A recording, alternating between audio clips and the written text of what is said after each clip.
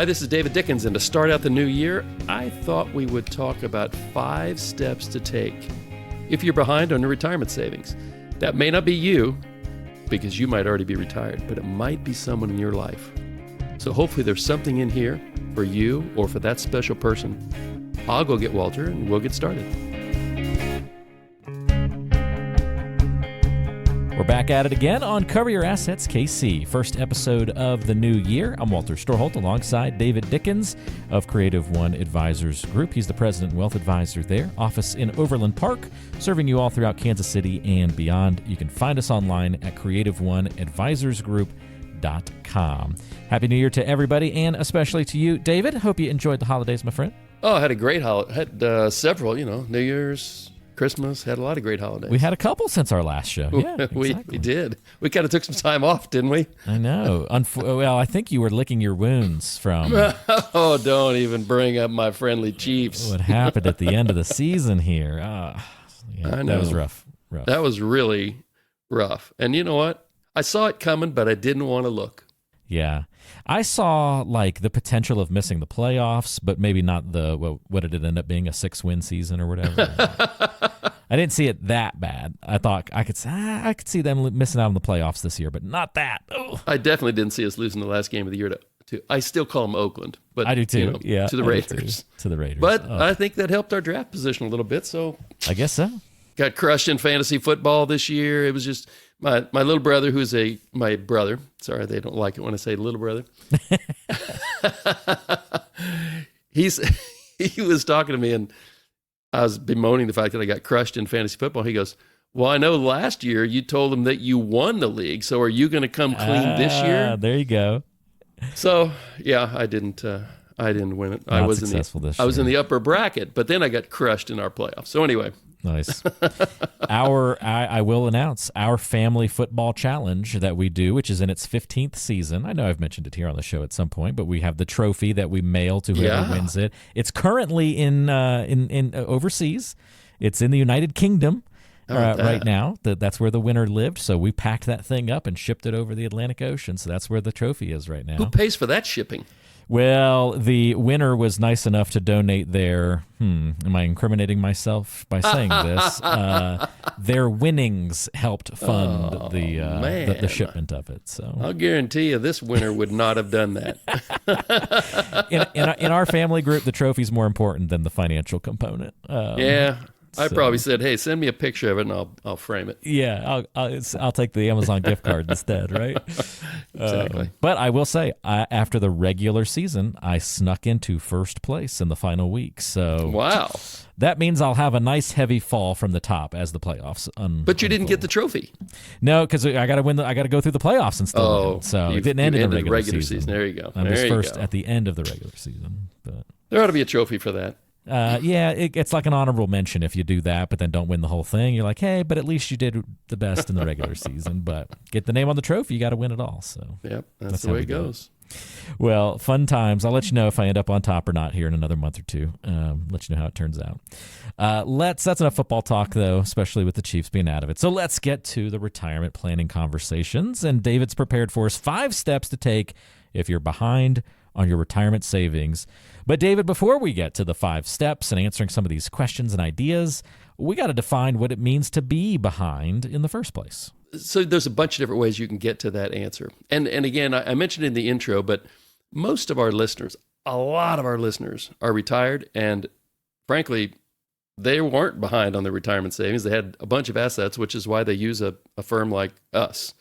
Listeners really are probably not going to listen to this if they're behind on retirement savings. It's not a thing that they would do. So what I'm going to encourage you to do is, as you're listening to this and there's somebody in your life that is behind on their retirement savings, or maybe they haven't even started, just forward this link to them and see if they can get any help out of this podcast whatsoever. We'll probably go 20 minutes. It'd be an easy little 20-minute car ride for them, and let's see if we can help somebody out on this.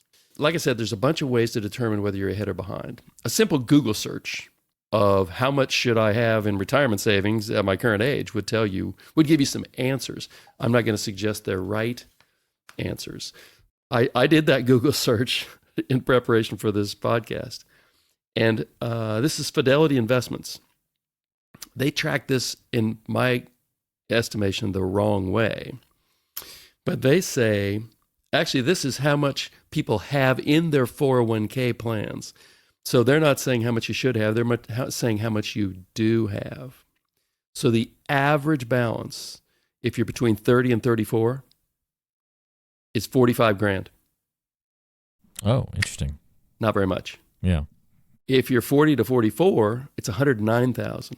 If you're 50 to 54, believe it or not, it's only 199,000. That's the average balance for people 50 to 54 in the United States in their 401k plans, 199 grand. And 60 to 64. There could be a lot of zeros drawing that number down, right? Well, I don't think you would have a plan if it was zero. Oh, okay. I see what you're saying. Okay. So these are people that do have a plan. We kind of have already culled the zeros from the list in this. We have. Okay. So these are people that are actually doing something about it. 60 to 64 on the doorstep of retirement. $246,500 is the average. So that's interesting information, but it doesn't help you as a listener say, well, how much should I have? So I think the better way to approach that is it needs to be, in my opinion, a percentage of your earnings. Because what you're going to want in retirement is to replace a certain percentage of your earnings for the rest of your life, supplemented by Social Security or a pension or something. So if you make $70,000 a year, you're going to need less in your 401k than if you earn $700,000 a year. Those two people are going to have way different satisfaction levels if they had the same dollar amount invested. So here's the way I would look at it. And this, Fidelity also has a guide on this. There's another guide I like a little better because it's a little less strenuous. It's one that financial planners use a lot, but do your own Google search and you can find these types of things. If you're 35, then your retirement savings should be about 1 times your annual income. You're married, then your household income. If you're 50, then it ought to be about 5 times your annual income. And if you're 70, already in retirement, it ought to be about 7 times what your annual income was in your last year of working. So then it makes it income-based as opposed to, generically, you're 35 years old, how much should you have? Well, it depends on how much you make. So the starting point, I think, would be... That kind of helps tie it into lifestyle a little bit more solidly, in a way, right? Because you probably have a certain lifestyle if you're making this much. You can make some more accurate assumptions that way, perhaps? I think that's exactly right, because the real answer is, how much does your plan say you'll need? And your plan is based on an expense statement that you say, here's how much I'm going to spend in retirement. Well, if you've thought through that, then it's pretty easy to back in to the number of, well, how much in assets am I going to need to support that spending plan? That's the real answer is, do you have a written plan? Actually, that's how we were going to finish this entire podcast. We'll jumped to the end that. already. It's like one of those movies where you gave away the ending, right? Couldn't wait to read the last page. So that's how you determine whether you're behind or not, is you look at your plan and say, am I going to make it to age 100 based on the assets I have, the assets I'm going to have, and how much I'm going to spend? Fantastic. That's helpful to kind of get that framework for determining if you are indeed behind on your retirement savings. So now, I guess, if the answer is yes, we've got the 5 steps to take to now take the next steps. So what's number 1, David? The first thing you need to know is, where am I now? And in my world, that means, how much am I worth? Not worth as a person, but how much are you financially worth? Here's the answer behind the answer. You should do that annually. I'm convinced that the vast majority of our listeners have already done that since we're recording this on January 8th. And so hopefully you've done your net worth statement for the year dated January 1, 2026. What you're looking for here, other than all the things you can find from a net worth statement, but let's just say that you're 35 or 38 and you've been paying down your mortgage like crazy instead of saving for retirement. You might look at your retirement balance and say, oh, I'm behind. But you might look at your home equity and say, oh, I'm ahead. So money is fungible. Just because you don't have it in your 401k, but you maybe have a big bunch of home equity, that in my world would count to say, am I ahead or behind in my retirement savings? Make sure you do an annual net worth statement and take a look at dig a little bit behind just the headline numbers to say, have I been doing a better job toward my retirement savings than maybe just the 401k number would say? Helpful to understand that, and I like that first step of the process there. So how much am I worth, getting that foundational piece of information? What's next? Well, the second one is you got to know where you spend your money. Now, this is also known as budgeting, which most people hate. But honestly, you need to know what your income and expenses are, not necessarily down to the penny, but if you're behind, maybe down to the penny. I have this quote in my mind, and I've had it in my mind I'm a pretty old guy. I've had this in my mind for at least 45 years. Ben Franklin said, there are two ways to wealth. One is decrease your spending. The other is to increase your income. But the fastest way is to do both at the same time. So if you write down on a piece of paper, not in your brain, but on a piece of paper, what are my income sources? What are my expenses? And then look through those expenses and say, now, which of these are mandatory? Mortgage, car payment, although there's a discretionary component to your car payment, but which are mandatory, which are discretionary, and which are savings? What you really want to do is flip those last two, invert those last two. The mandatory are what they are. The savings should also, in my world, be a part of your discretionary, a part of your mandatory. And discretionary comes last. Now, I was listening to a podcast, and somebody said, I think it was a Planet Money podcast, and the guy was going through one he had done a couple years ago, and he said he got an angry email from a lady who said, hey, pal, I don't know if she worked in a restaurant or she did something where she just wasn't making a lot of money. And she said, how in the world do you think I'm going to have savings when I can barely make ends meet? And that's a problem. But the reason for doing this is to say, I have to make my mandatory, but are there discretionary expenses that I'm putting ahead of my savings? And if there are, you kind of have two choices.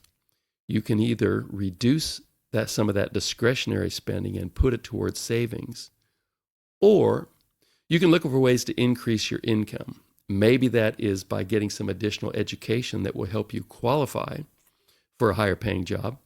Maybe it's getting a second job.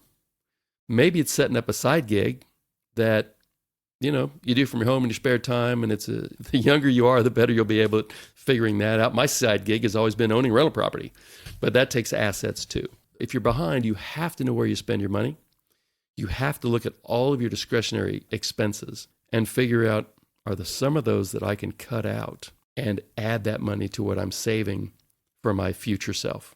Okay, excellent. We've covered worth and spending as our first two steps to take if you're behind on your retirement savings.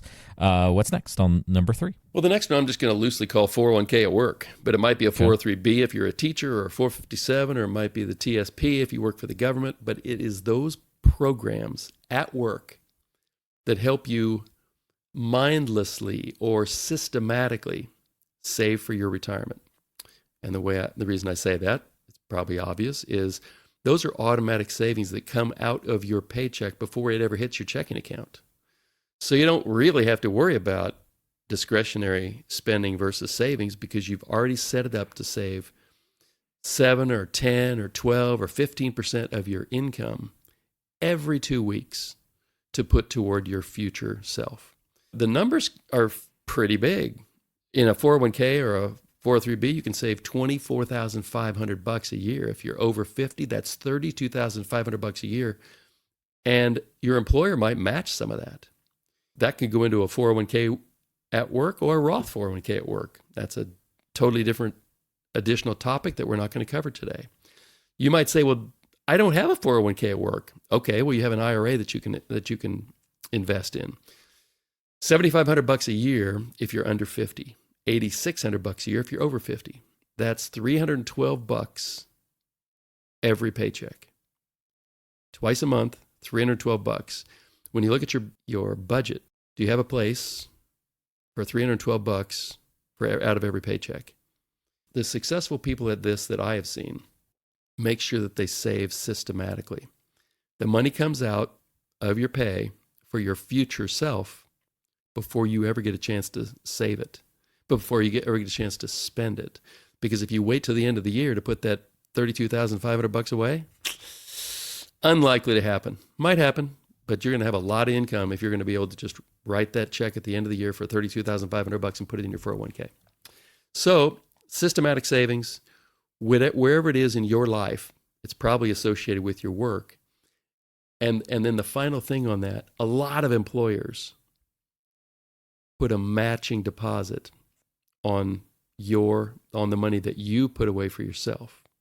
If that's the case, and you're not putting in at least as much as you need to get the full employer match, then you're leaving free money on the table.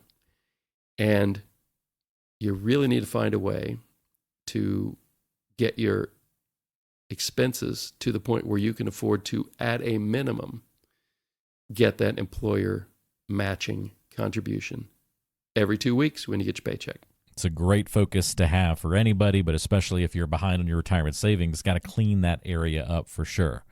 So how much are you worth? What do you spend? And what are you doing with your retirement savings? Gussing those up. What's number 4? Well, number 4 would be, how are you going to invest those retirement savings? Because every 401k that I'm aware of, and 403b, the TSP, if you're a government worker, they allow you to decide, how do I want that money invested? What now follows is not investment advice for you. These are merely suggestions to help flavor that discussion you're going to have in your brain, and maybe with someone that you trust, about, well, how should I invest that money? Most 401ks that I'm aware of have a default mechanism which says, if you don't say how you want them invested, we're going to invest them in a target date fund. And if you're not acquainted with that, all that is a fund that knows when you retire. Let's say it knows the year that you turn 65 or 66 or 67, however your fund is built.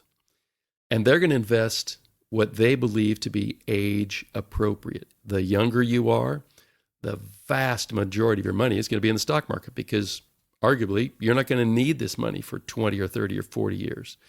But when you turn 55 or 60 or 62, it's earlier than that. But as you age, get closer to retirement, it's going to move money out of the stock market slowly and more into more stable investments, fixed income investments, bonds. So that's one way to do it. Just use target date funds in your 401k. Another would be something called the rule of 100. This isn't perfect. In fact, for some people, it's not even good, but it's a standard rule in the financial advisory business, which says, take 100 minus your age, and that's the percentage of money of your retirement savings that you should have in the stock market. So if you're 40, you ought to have 60% of your investments in the stock market. If you're 50, it should be about 50-50. If you're 60, maybe you'd want to be 40% invested in the stock market, 60% outside. Now, for my taste, that's too conservative, but that's my taste. You need to decide what is your taste, what's your risk tolerance.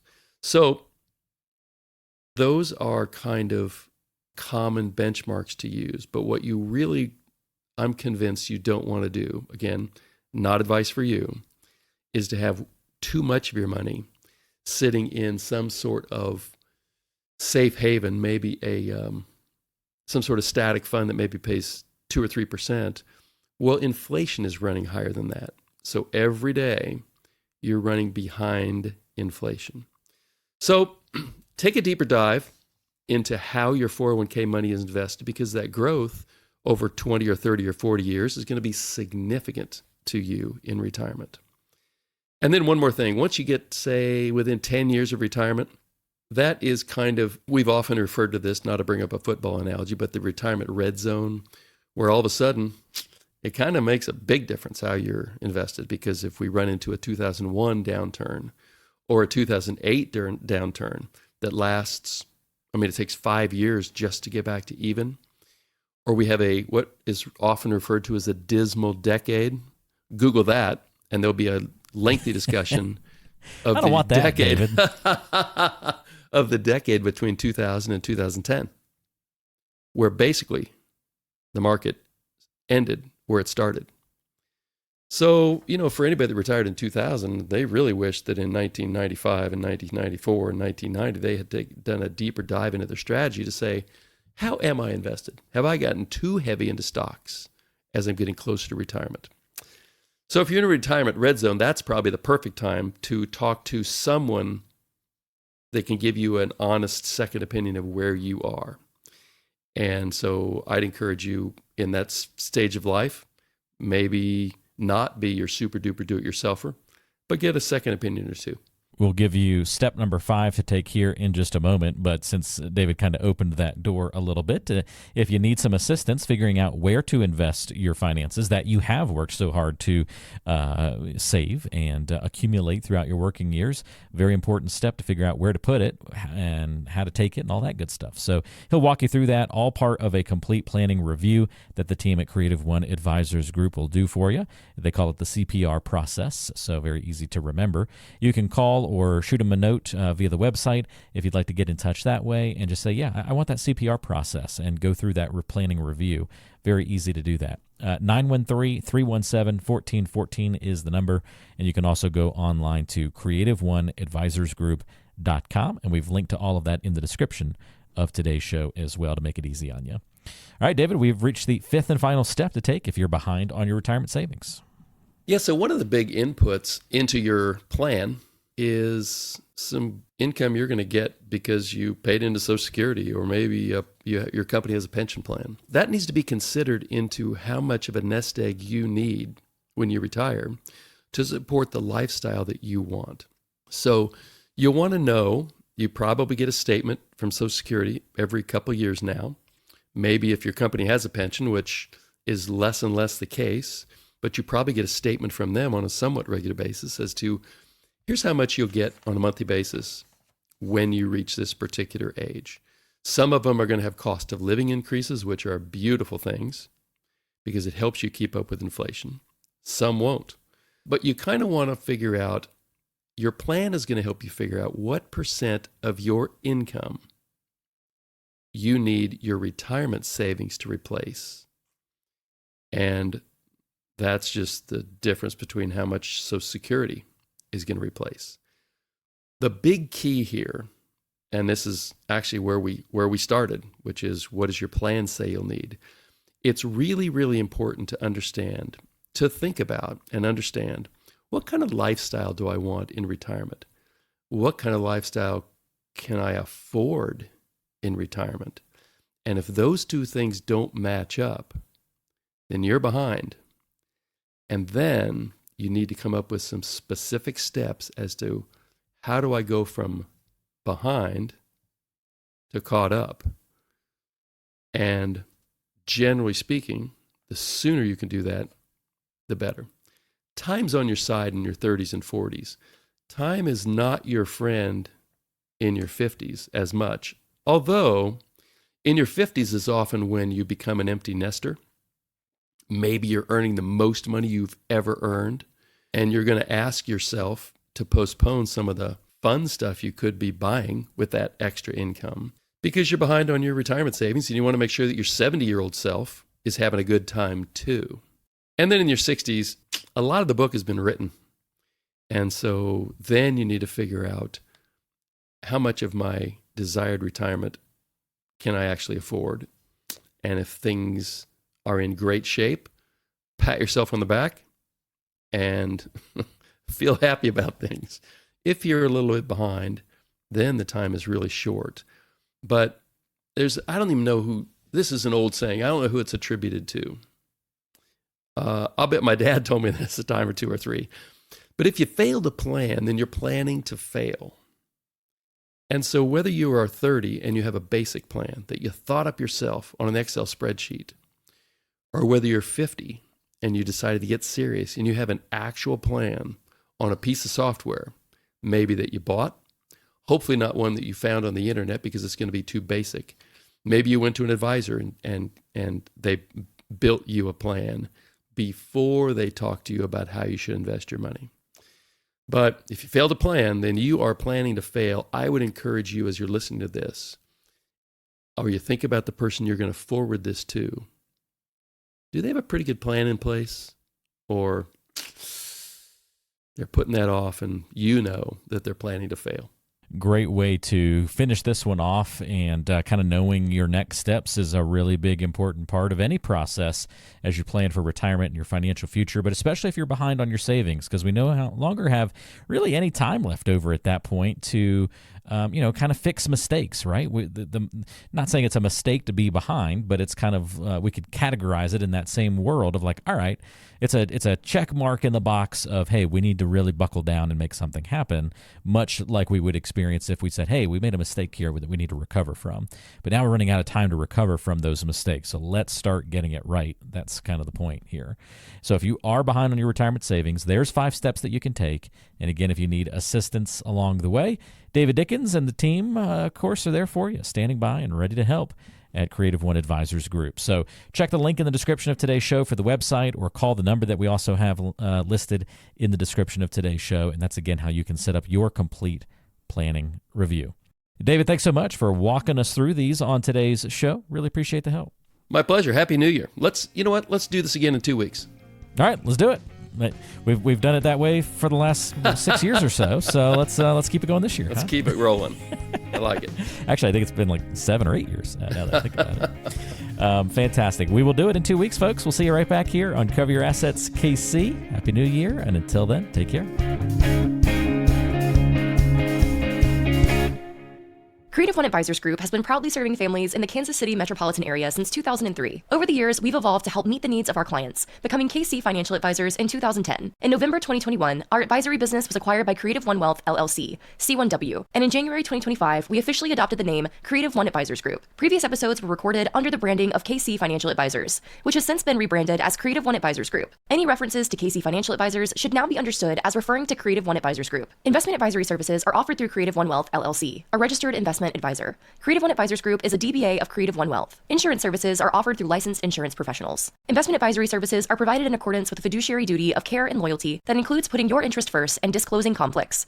Insurance services have a best interest standard, which requires recommendations to be in your best interest. Creative One Wealth is not affiliated with or endorsed by any government agency and does not provide tax, legal, or estate planning advice or services. Investing involves risk, including the potential loss of principal. No investment strategy can guarantee a profit or protect against loss. Neither asset allocation nor diversification can ensure a profit or guarantee against losses. None of the information contained herein shall constitute an offer to sell or solicit any offer to buy a security or any insurance product. Insurance product guarantees are backed by the financial strength and claims paying ability of the issuing company. The Creative One family of companies includes Creative One Wealth LLC, a registered investment advisor, Creative One Securities LLC, member FINRA SIPC, and a registered investment advisor, and Creative One Marketing LLC. These companies share common ownership. Additional details regarding advisory services are available in our firm's ADV Part 2A and Form CRS.